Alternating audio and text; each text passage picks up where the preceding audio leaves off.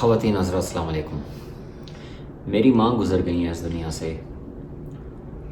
اس سے پہلے میں نے اسی ٹاپک پر ایک ویڈیو بنائی تھی لیکن میں نے پوسٹ نہیں کی۔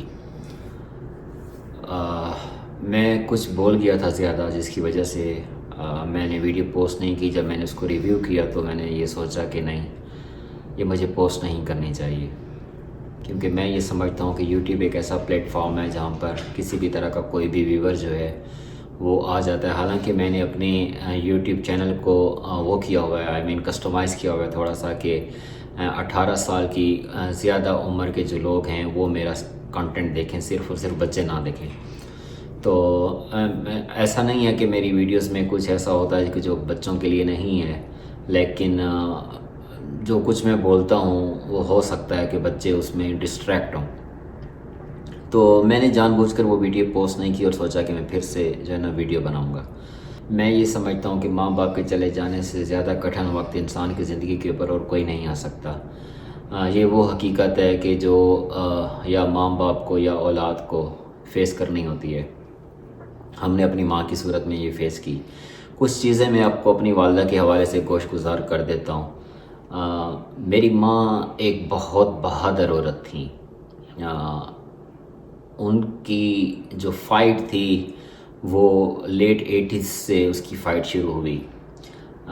میری ماں نے پہلے اپنی تنگ دستی، جس کو آپ غربت کہتے ہیں، اس سے فائٹ کیا۔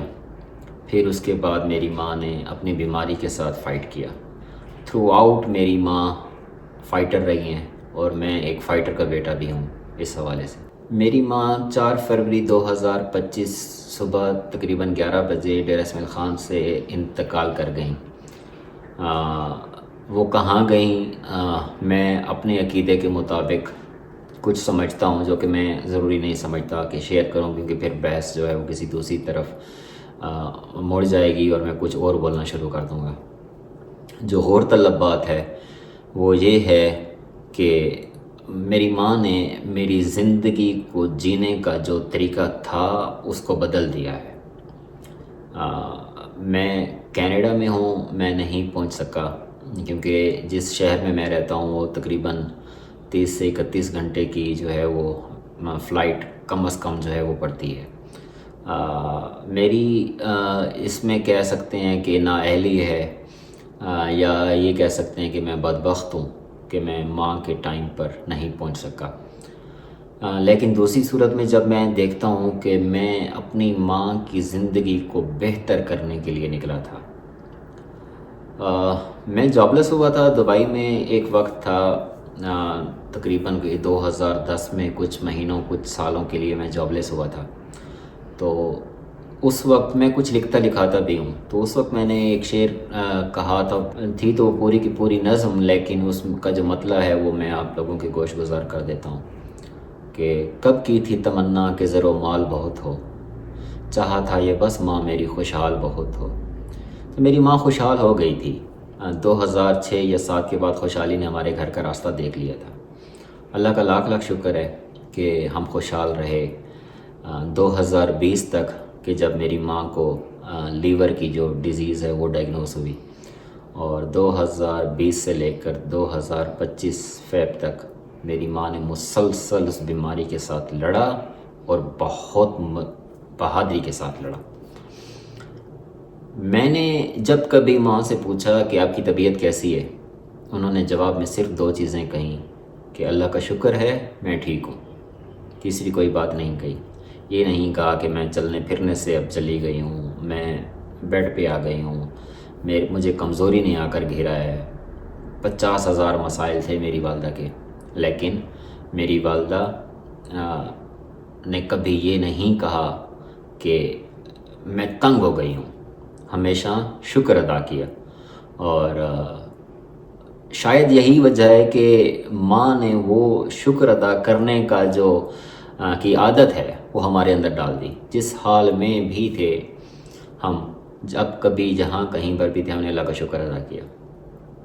میری پچھلی ویڈیو جب میں بات کر رہا تھا آپ لوگوں سے کہ میں نے دبئی کیوں چھوڑا، اس کے اندر بھی میں شاید آپ لوگوں سے، اس ٹائم میری ماں حیات تھی، اس ٹائم پہ میں آپ لوگوں کو یہی بات کر رہا تھا کہ جہاں کہیں بھی ہیں، جیسے بھی ہیں، شکر بنتا ہے اس کا شکر ادا کریں. میری ماں بہت مہلک بیماری کے اندر آ گئی تھیں کہ میری ماں کا جگر ختم ہو گیا تھا، لیور. اور ہمیں یہ لگتا تھا کہ 2020 میں جب بیمار ہوئی تو ہمیں یہ لگتا تھا کہ بس کچھ دنوں یا کچھ مہینوں کی بات ہے. میں نادان تھا، میں سمجھ نہیں سکا. شاید مجھے اب کچھ آ کے ایک راز کھلا ہے کہ میری ماں انتظار کر رہی تھیں زیارات کا. مجھے ایسا لگتا ہے. جولائی 2024 میں جب میں دبئی چھوڑ رہا تھا اور ادھر آ رہا تھا تو میں نے بھائی کو بولا کہ بھائی امی کی بہت بڑی خواہش ہے عمرہ کرنے کی، تو کیا کریں. بھائی نے مجھے بولا کہ یار بات تو تمہاری ٹھیک ہے لیکن ان کی کنڈیشن ایسی نہیں ہے کہ وہ سفر کر سکیں، کیونکہ امی سینسز چھوڑ دیتی تھی. لیور پیشنٹ جو ہوتا ہے اس کا یہ ہوتا ہے مسئلہ کہ وہ 2 دن 3 دن اپنے سینسز چھوڑ دیتا ہے. تو امی کی یہ صورتحال تھی اور کمزوری ایسی تھی کہ وہ چل پھر بھی نہیں سکتی تھیں جب وہ عمرہ کر رہی تھی. وہ ویل چیئر پہ رہیں.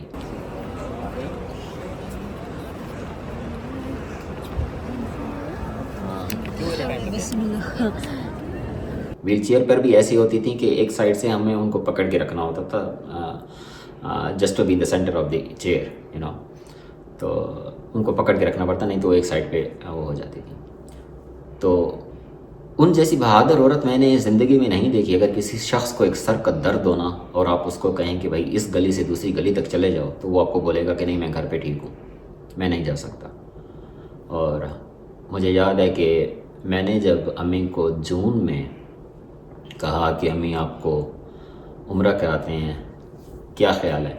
امی کے سینسز تھے ہاں میں ٹھیک ہوں، میں ابھی جا رہی ہوں، میری ٹکٹ ویزا سب کچھ کر لیے تم لوگوں نے. انفیکٹ ابھی تک ہم لوگوں نے صرف یہ بات کی تھی اور انہوں نے پورے محلے پورے خاندان کو بتا دیا تھا کہ میں عمرے پہ جا رہی ہوں.